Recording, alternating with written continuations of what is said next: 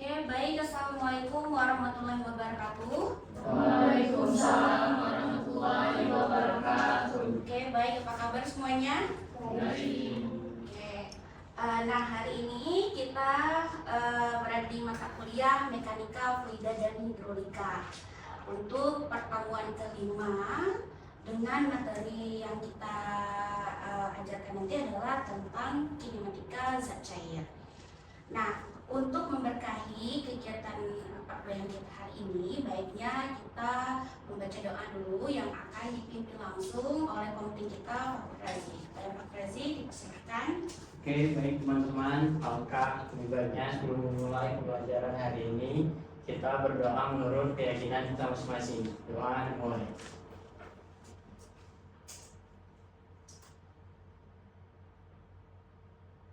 Oke, doa selesai. Baik, apakah sudah absen semuanya? Sudah melalui LMS ya? Oke, baik. Ada yang tidak hadir? Atas nama Siapa? Afina. Oh, ini surat daftarnya ya? Oke, terima kasih Sulaila. Baik, nanti akan saya catat ya yang tidak hadir. Selanjutnya, sebelum kita masuk ke materi pembelajaran kuliah kelima ini, kita review dulu secara singkat ya tentang materi sebelumnya di materi keempat tentang zat kesetimbangan air gitu ya. Oke, siapa yang bisa untuk review singkatnya? Saya, Bu. Oke, silakan. Nurul ya. Oke.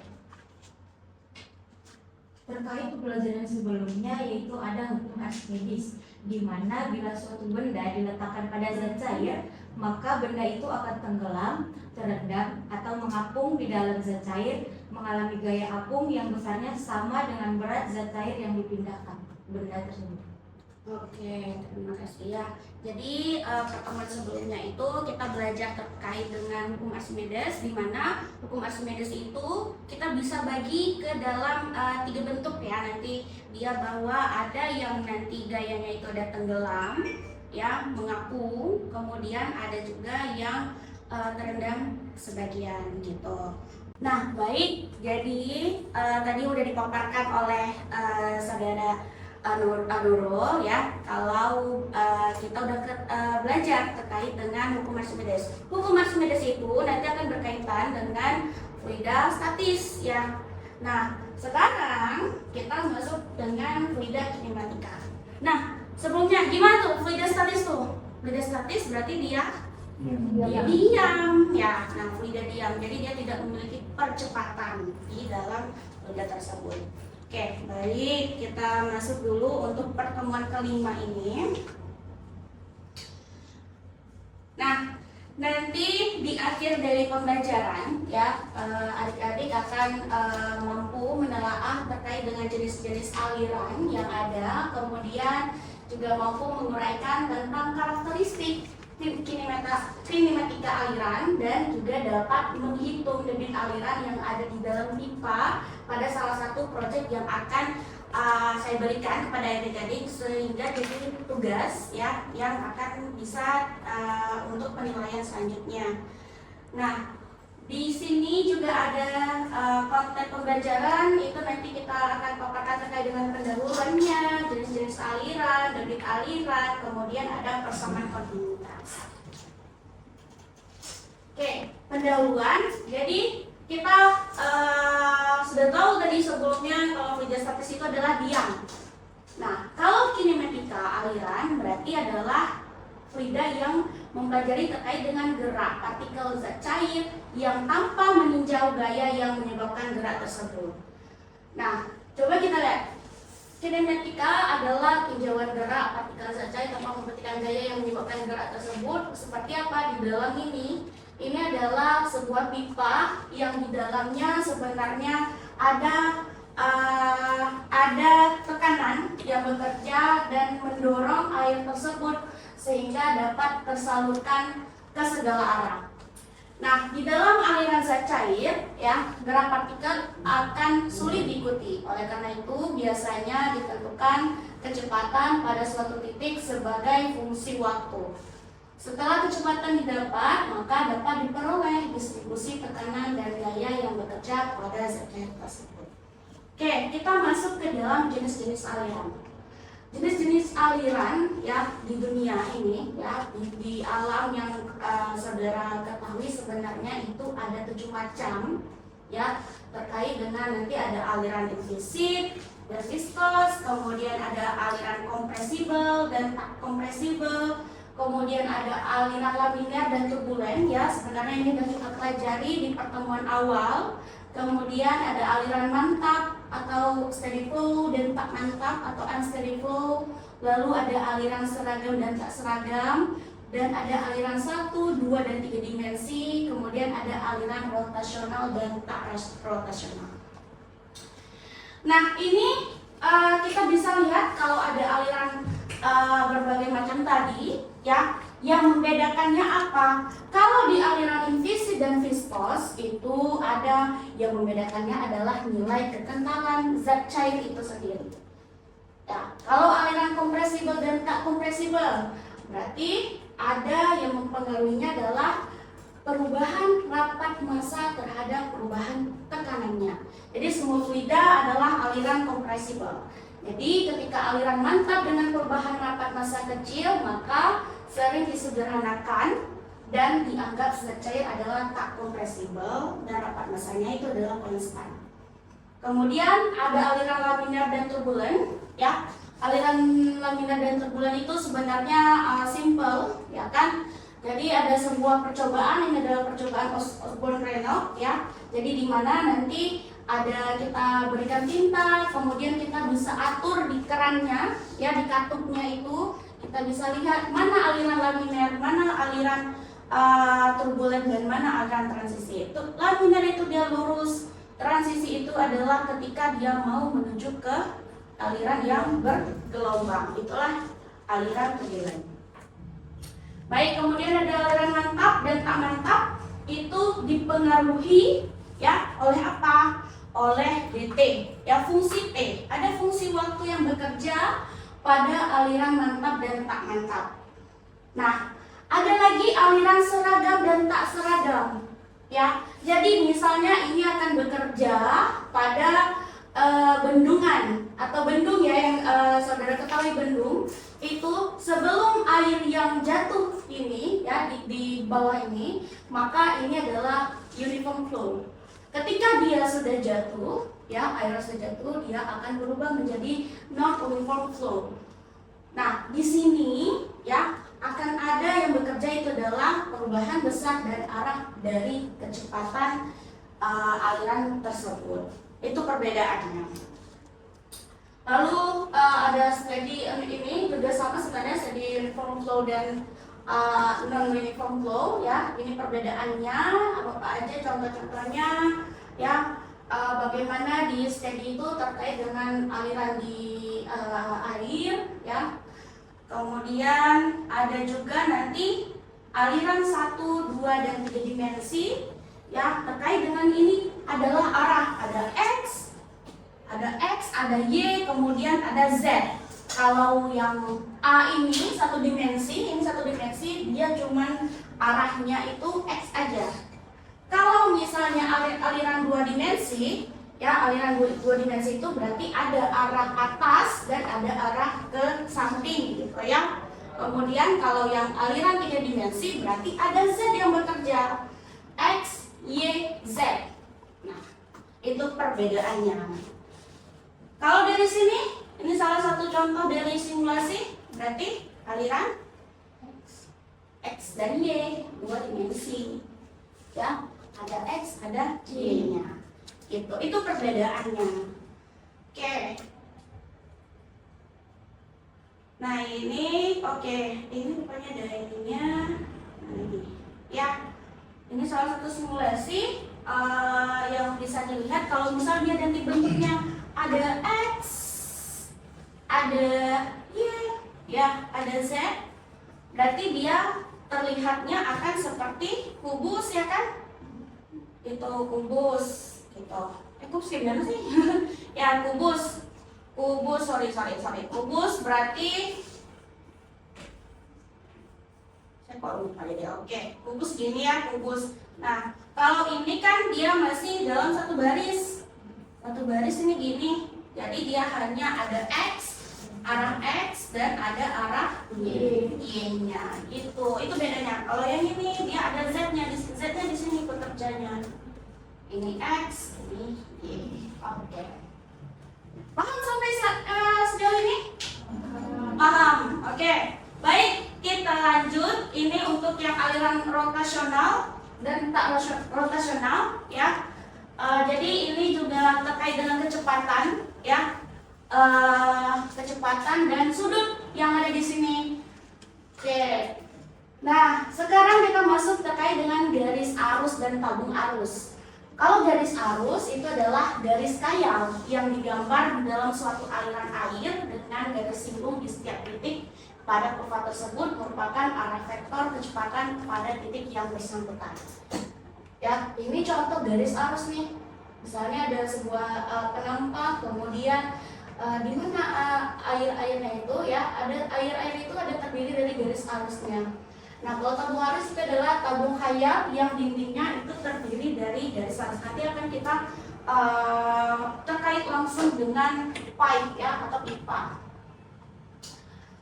Oke, nah kita masuk terkait dengan debit aliran ya, memang agak cepat sedikit karena kita memang akan menuju untuk pembelajaran kinematika aliran gitu.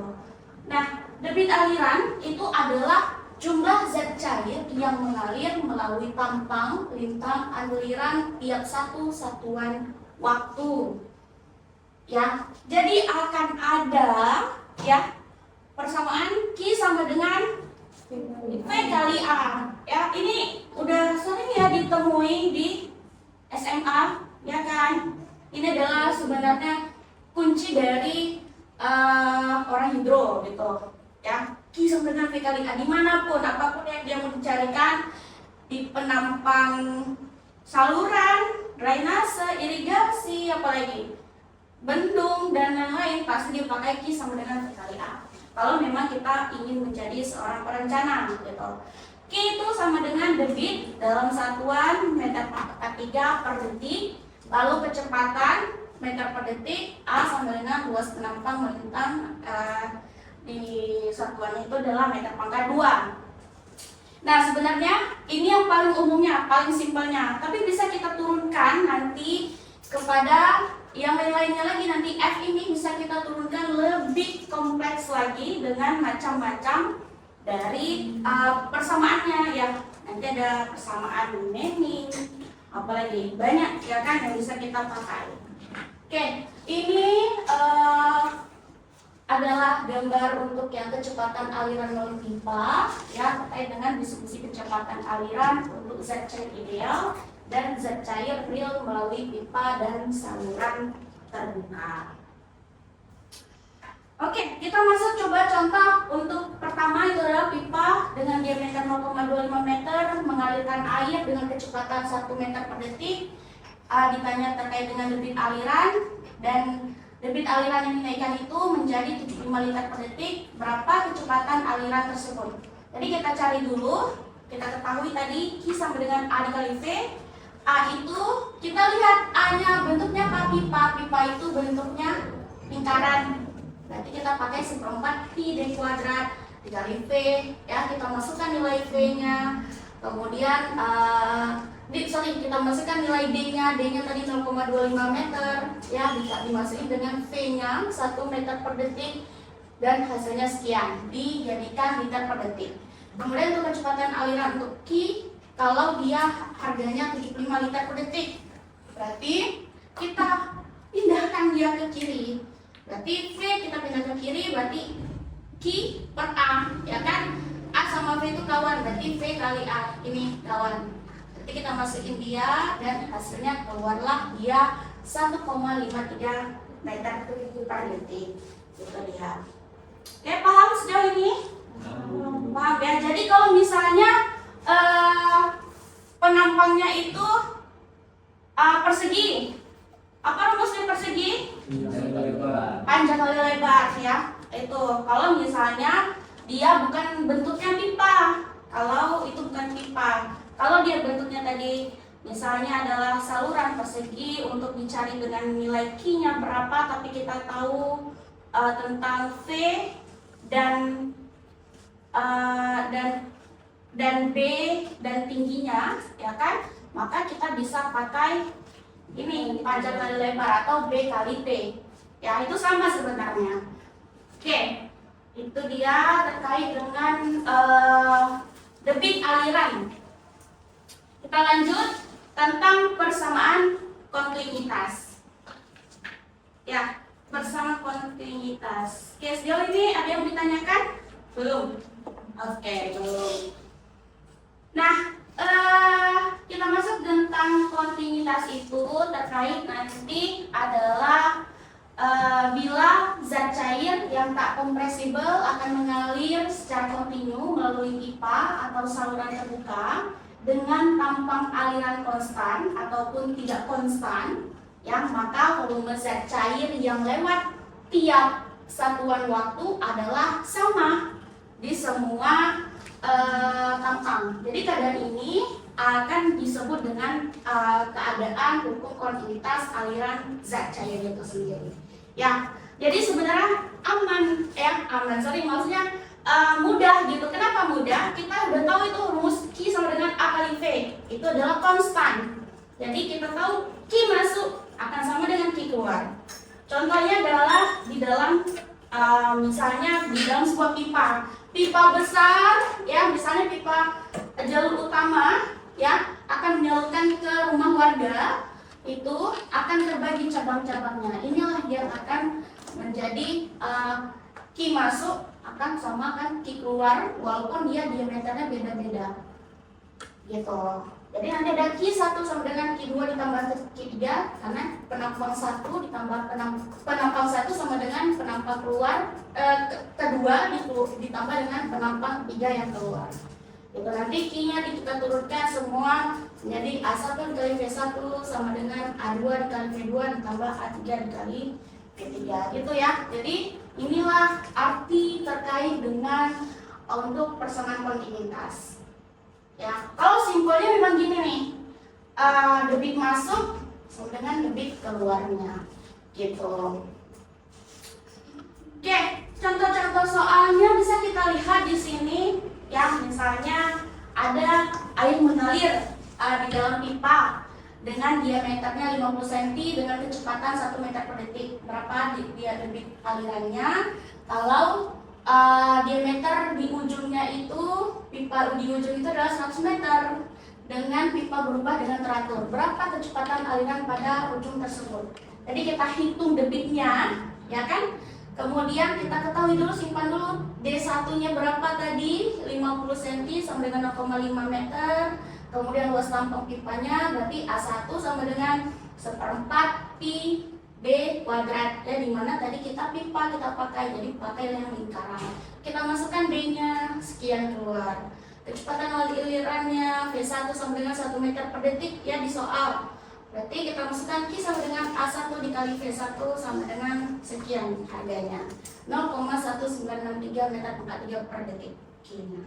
Oke, kemudian perhitungan kecepatan pada ujung yang lain, berarti diameter pipa di ujung D2 itu sama dengan 100 cm atau sama dengan 1 meter. Kemudian luas tampang pipa A2 kita pakai lagi A-nya tadi apa? Karena pipa kita pakai 1/4 pi kali D kuadrat dengan menggunakan persamaan kontinuitas. Q sama dengan A1 dikali V1 sama dengan A2 dikali V2, maka didapatkan V2 0,25 meter per detik.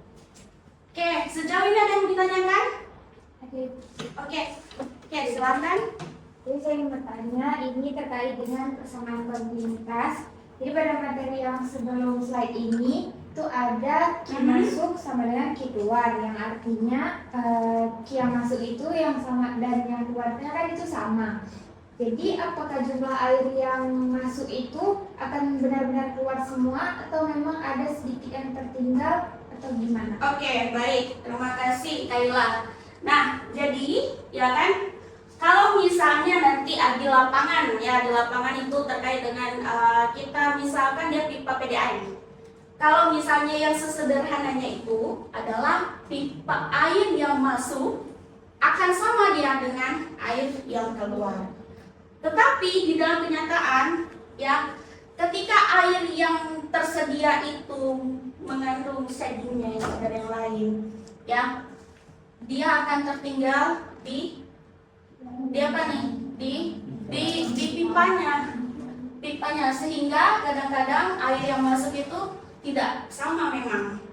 Tetapi sebenarnya sama air yang masuk, hanya ya karena air itu mengandung sedimennya itu, ya, sehingga air yang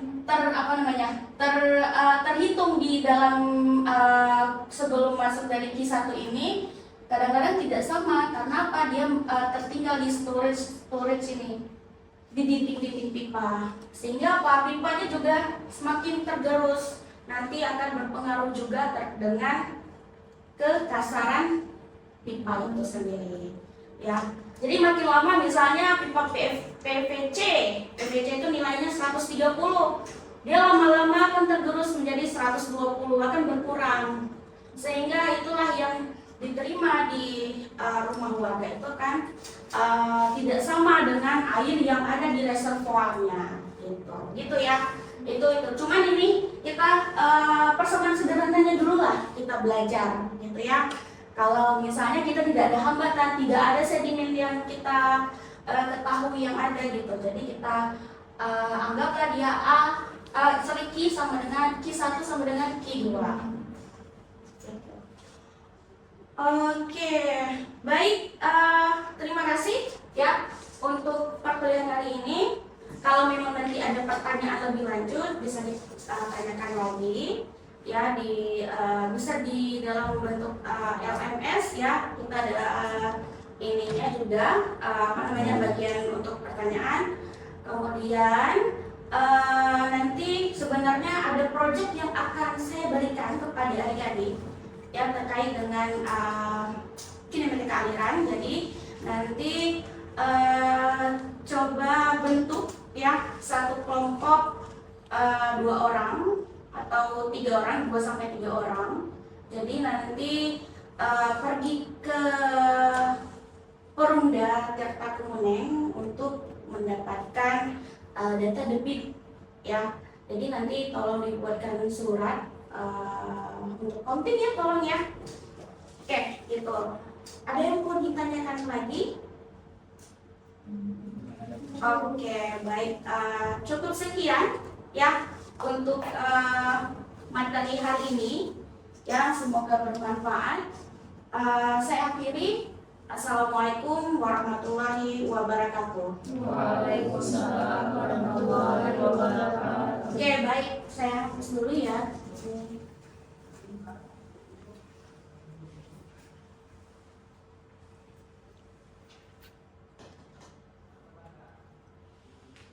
Oke, kalau mau balik boleh, silakan. Jangan lupa nanti dibuat ya tugasnya gitu ya.